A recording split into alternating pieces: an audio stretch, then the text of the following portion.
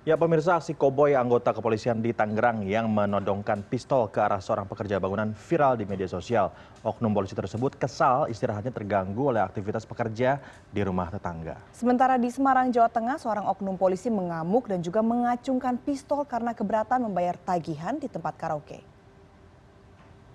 Jangan sampai peluru ini meledak ya.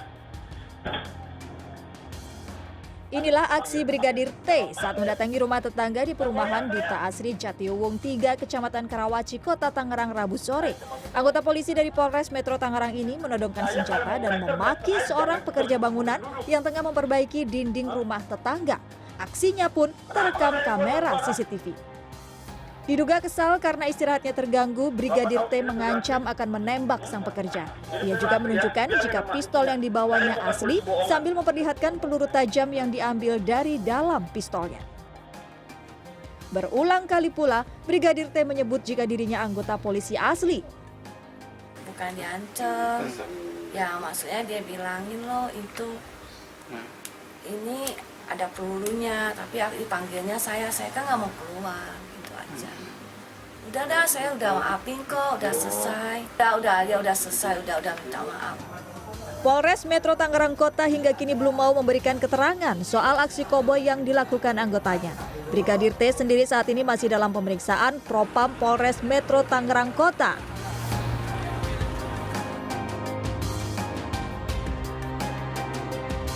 Aksi koboi anggota kepolisian juga terjadi di sebuah tempat karaoke di kawasan wisata Bandungan, Kabupaten Semarang pada Kamis dini hari.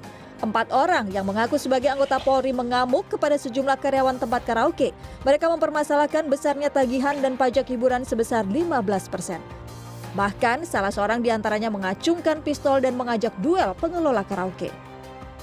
Anggota polisi yang diketahui berada di bawah pengaruh alkohol itu juga sempat memborgol seorang operator karaoke dan memintanya melakukan tes urin. Karena dia ngaku dari Polda Jateng, dari narkoba.